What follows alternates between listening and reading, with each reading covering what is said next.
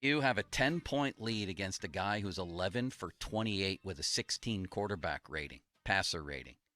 And you let him dice you up 10 for 12 for 128 yards. They were 3rd and 20. They were 4th and 7.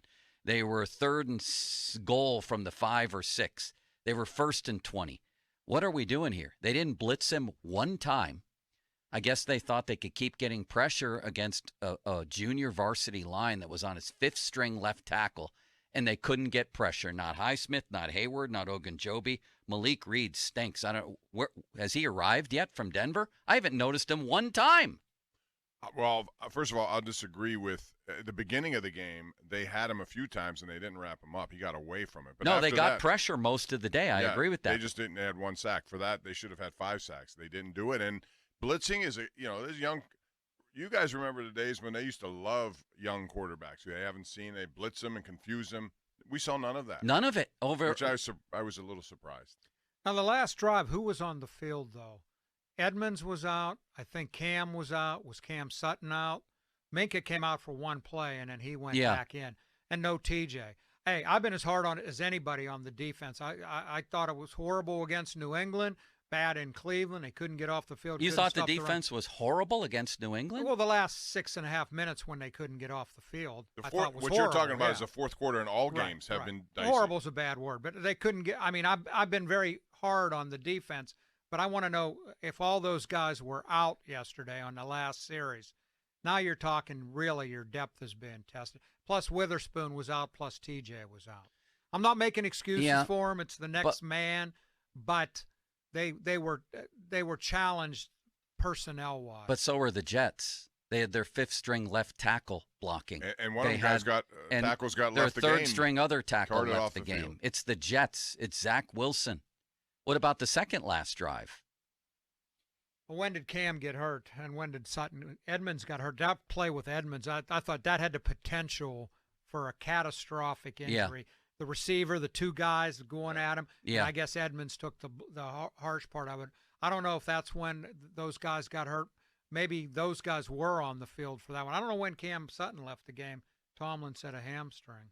Yeah, I can't remember if he was on or not on. All I know is that Zach Wilson went 10 for 12, including several big plays on 3rd and 4th down, 4th down and 7. Guys are running free, and he found them. So he made again, I thought they would have tried to confuse him more, give him looks he hasn't seen. Especially if you have guys out. Not one exotic blitz, not anything other than a 4-man rush against a guy who's essentially still a rookie.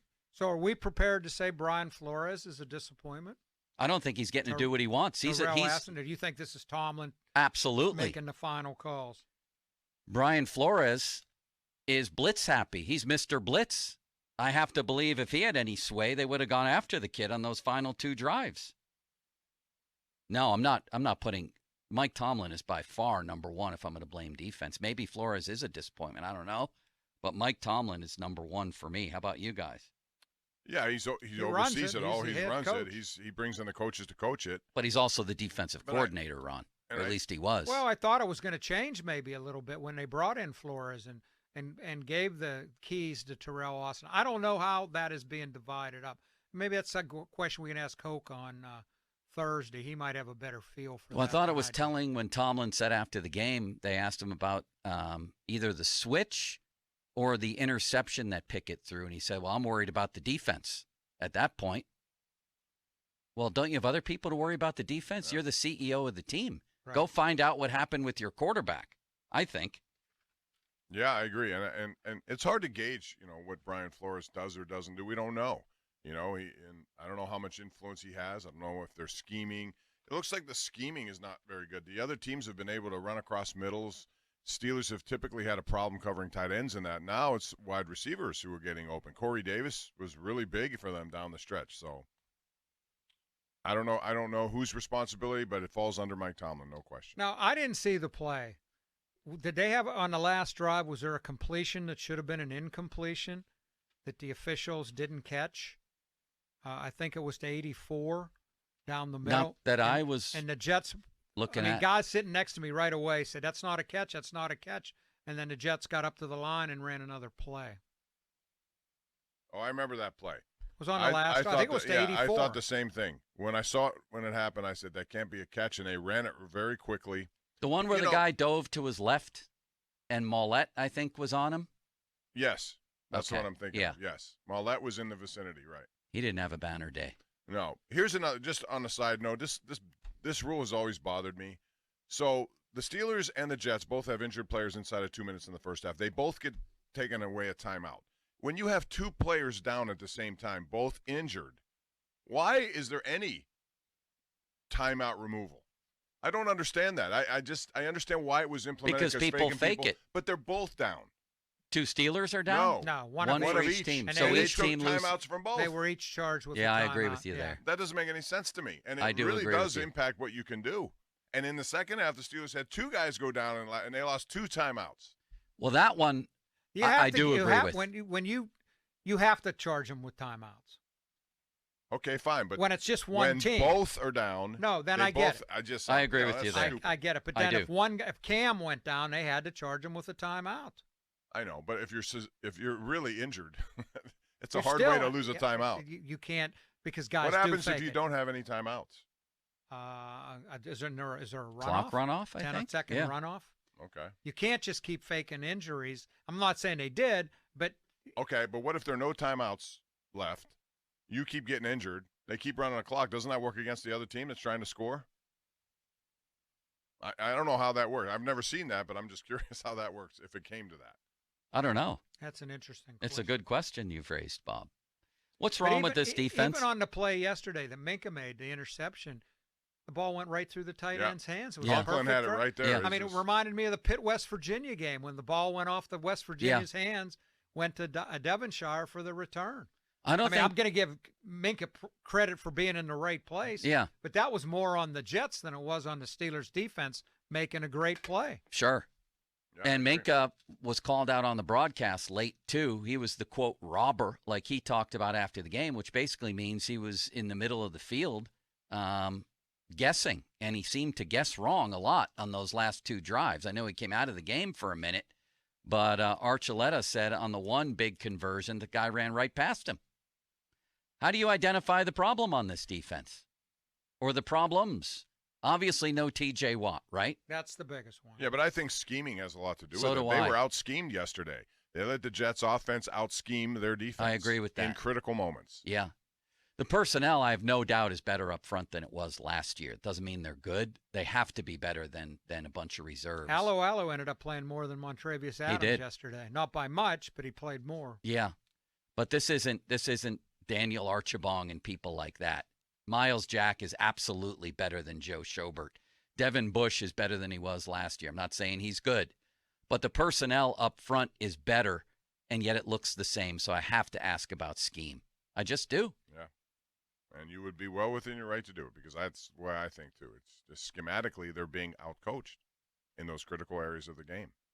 What did Hokie say about that? He said it's guys making plays. You got to make plays. Again, sure, that's true. I mean, and he knows because he's been down there, but I thought, that in that moment, an elite defense against a offense that's working on their 6th and 7th tackles, a rookie quarterback essentially. Something's got to happen there. Yeah, I mean, guys, you got to get off the field and win the game. Highsmith has made some plays. He still leads the NFL in sacks, right? But he hasn't been He had consistent. 2 more that he let him get away with. I know, but yesterday. at least he's there. He is. Hayward, since T.J. Watt went down, has 0 quarterback hits, 0 sacks, 0 tackles, solo tackles in the game yesterday. I'm sorry, that's not good enough. Well, let's look at these last 2 drives. Like Ron, I write these all down. So this is what's disturbing. They're 20-10 is the score, right? They get it. It's Wilson to Wilson. Garrett Wilson, 35 yards, in which it was a play that the Steelers not seem ready for. 3rd and 14. Wilson gets 7, so it sets up a 4th and 7. Slant to Corey Davis, picks up 20. Right. Then you have Breece Hall in the very next play, first down, runs for 14 yards. So back-to-back plays, they're just getting gouged. And by the way, Bob Spillane is a disaster in coverage, which means they can't really play him anymore. What, he played 20% of the snaps? And then in the last drive after the interception to pick it through, they get a 2nd and 9. They get 3. 3rd and 6, Wilson to Hall. Boom, first down. After that, Telephone, Bob. no. Go ahead, answer it. Go ahead, Bob. We'll wait I'm for you. distracted. We'll wait Go for ahead. you. Wilson to Corey Davis, 13 yards. I mean, Right. these are all big plays at critical points of the game. They never blitzed him. They just let him stand there, and all of a sudden, a guy who was at one point 8 for 24 in the game, throwing the ball all over the gym, suddenly is unstoppable. Yeah. At least try, do something, blitz. What happened to all these exotic blitzes they have, Folsey? Blitzburg, Huh. nothing. I can think of another Itzberg, but I won't say it for that defense yesterday. Pac-Man Jones would say it. 412 928 9370. Nobody's really, unfortunately, stepped up and been dominant in TJ Watt's absence. I thought there were candidates to do that, right? How could Cam have no quarterback hits in 3 games? Not one, let alone a sack. Has Ogunjobi done Anybody anything? on that I one? just go. I mean, Hoke just says he's double teamed every single play. Yes, So he a is lot of double- people are. Every So's single TJ. Every single. Well, play. So's Aaron Donald. That should open up for somebody else, shouldn't it? No, I still think he should make a quarterback hit once per game. Okay, fine, I agree. Once per game? But I also think when Not they a are sack, a directing quarterback hit. their attention to him Right. and doubling down on it, somebody else has got to make a play somewhere, which is why I was surprised at the lack of blitzing. That's one way to counteract that. Yes, it is. And Malik Reed has been invisible on the Yeah, other I haven't side. noticed him at all. But I don't think that Cam is above criticism myself. And I'm not suggesting that. I'm just saying there's a reason for it too. That's all.